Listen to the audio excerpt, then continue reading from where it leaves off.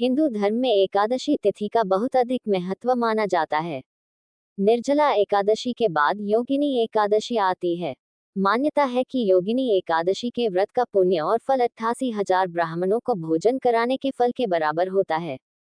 आषाढ़ माह के कृष्ण पक्ष तिथि के दिन योगिनी एकादशी मनाई जाती है। एकादशी का व्रत भगवान विष्णु को समर्पित होता है, इसलिए इस दिन भगवान विष्णु की विशेष कृपा प्राप्त करने के लिए भक्तजन उनकी विधि विधान के साथ पूजा अर्चना करते हैं और व्रत रखते हैं।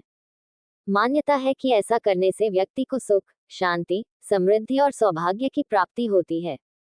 योगिनी एकादशी को लेकर यह भी मान्यता है कि योगिनी एकादशी का विधि विधान के साथ व्रत रखने से व्यक्ति को सभी पापों से मुक्ति मिल जाती है।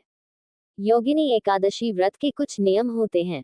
इस व्रत के को करने वाले व्यक्ति को कुछ खास बातों का ध्यान रखना जरूरी होता है, इसलिए योगिनी एकादशी व्रत करते समय कुछ बातों का ध्यान रखना चाहिए।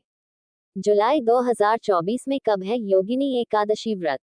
वैदिक पंचांग के अनुसार इस वर्ष आषाढ़ माह के कृष्ण पक्ष की एकादशी तिथि 1 जुलाई की सुबह 10:26 से आरंभ होगी और इसका समापन अगले दिन 2 जुलाई की सुबह 8:34 पर होगा।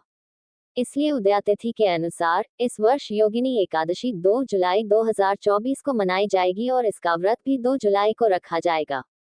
व्रत पारण का समय। एकादशी व्रत का पारण द्वादशी तिथि के दौरान ही करना शुभ और मंगलकारी होता है और द्वादशी तिथि का समापन 3 जुलाई को सुबह 7:10 पर होगा। इसलिए योगिनी एकादशी के व्रत का पारण 3 जुलाई की सुबह 5:28 से लेकर सुबह के 7:10 के बीच करना शुभ रहेगा।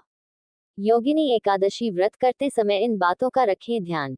मान्यताओं के अनुसार एकादशी का व्रत करने से व्यक्ति के सभी पापों का नाश हो जाता है और उसे मोक्ष की प्राप्ति होती है, लेकिन ऐसा तभी संभव है जब व्यक्ति एकादशी व्रत करने के साथ साथ पूरी तरह से धर्म के मार्ग पर चले और सभी जीवों के प्रति दया और प्रेम की भावना रखे और प्रभु भक्ति और धार्मिक कार्यों में जीवन बिताए।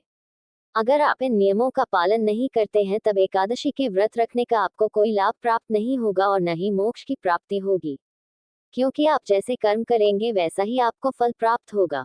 योगिनी एकादशी व्रत के दिन न करें ये काम। एकादशी का व्रत करने वाले व्यक्ति को लहसुन, प्याज आदि का सेवन नहीं करना चाहिए और ऐसे व्यक्ति को भूलकर भी मांसाहार का सेवन नहीं करना चाहिए। पूरी तरह से शाकाहारी जीवन बिताए और सिगरेट, शराब आदि हर तरह के नशे से दूर रहें, तभी एकादशी व्रत करना आपके लिए शुभ और कल्याणकारी साबित होगा।